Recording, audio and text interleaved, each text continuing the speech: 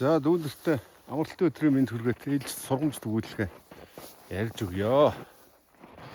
За нэг хаан нэг хизээч хаан ч нэг хаан Зэрэгэлдээ хотынхаа хаан руу бэлэг явуулахар болж гинэ. За ингээд өвлийн цаг байгаа өндөр уулаар давдаг зам маш хэцүү учраас түшмэлтэй хэлж гинэ. За хамгийн хүч чадалтай тийм туршлагатай хоёр хүнийг олоороо. Их чухал бэлэг хүрэх гэж байгаа учраас хүрэх найдвартай хүрэх ийм хүмүүсийг олж явуулаарай гэж ингэж загчээ. За ингээд түшмэл хотынхаа хамгийн чадалтай барьж чадалтай бас энэ хоёр хотын хооронд ачаа зөөдөг нэг залуу. За их олон жил явсан жаахан настай тийм туршлагатай ийм хоёр хүнийг олж аваад зарлиг болгочтой. За хааны бэлгийг хүргэж өгнө. Ачаа бараад нэлээд хүнд. За өвлийн цаг зам халтиргаатай өндөр даваагаар давна их аюултай учраас та хоёрыг сонгосон юм аа. Цалин мөнгө чи ахиухаа өгнө. Тэр үтхий хэл дээр нь нэг туслахуу авч явахыг зөвшөөрч байгаа. Тэдний цалин мөнгөний өгнө гэж хэлжээ. За ингээд өндөр цалин мөнгөд амлангууд нөгөө хоёр чинь бөөн баяр гараад нэг явах гинэ болоод маргааш нэлж ачаага тэрэгтэй ачаага оч нөгөө хаанаас авч тээ. За залуу бол өөрийг нь магтаж үргэлж сайшааж дэмжиж явдаг нэг найз залуу авсан сонгосон. Яагаад тэгэхээр энэ залуутай явхад үргэлж зугаатаа сайхан надаас зөрөөд байхгүй намайг үргэлж магтаж дэмжиж явдаг учраас энэ залуутай явхад асуудалгүй хүрнэ гэж тооцоолжээ. За настай Ахмад бол өөрийн үе шүүмжилчдэг үтсэн харсныг дутагдлын хажуугаар өнгөрч чаддгүй тийм нэг нөхрийг дагуулж явахаар болж тохиролцсон байна гинэ.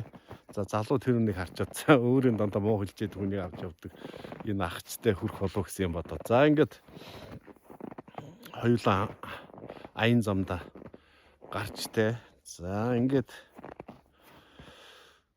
залууч хүч чадалтай учраас төрүүлээд алхаа яваад өглөө гинэ. За ингээд нэлээд хэд хоног яваад өндөр уулан дээр гараад орой дээр шахам явж байтал хүнд ачаатай байсан учраас дугуун чахраад эхэлж ийн гинэ. Нөгөө ачаатаа авч явсан ачааных.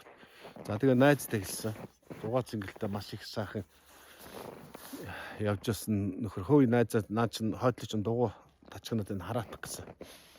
Тэрний дугуй болохоо гэж шиг байна. Яаж ийс асуудалгүй миний найз энэ зэргийн асуудлыг бол асуудалгүй тоолгүй даваа гарч энэ юу ч байна гэсэн ийм хариулт өгчтэй. За ингээд хэсэг хугацааны дараа нөгөө дугуун салж унаад хоёлоо өндөр болноос унаад бурхан болжээ. За өвгөн яах вэ? Өвгөн явж байтал нөгөө шүүмжилдэг нөхөр нь энэ хон чин дугуй чин чахраад ихлээ аливын дугуйгаа тослоо ачаага буулга надаа ачаа зөөж үж байгаа амттай хоол ундын нийтлэгээ товч шүүмжлээд явуулт үгэндээ. За ингээд өвгөн бол хугацаа нэлээ алдсан боловч ямар ч байсан найдвартай ачаага хүргэж өгсөн. Харин хөөхий яарч хурдан дахиж явсан залуу маань ачаатайгаа ч өөрөө ч очиж чадаагүй гинлээ. За тэгэхээр энэ сургамж төвлөгөр юу хэлэх гээд байна гэхээр хүний амьдрал дээр өөрөө чинь шүүмжилдэг юм найз нөхцүүд байдаг.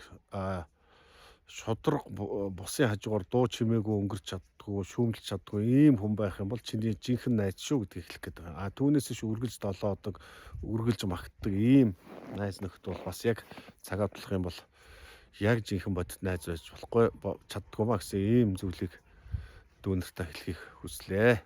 За ингээд амралтын өдрөөр дүүнэр минь ая тухта гэр бүлээрээ ууланд алхаж найз нөхдөдөө сайхан өнгөрүүлэх үлзийтэй өрөөлийг өргөн дэвшүүлье.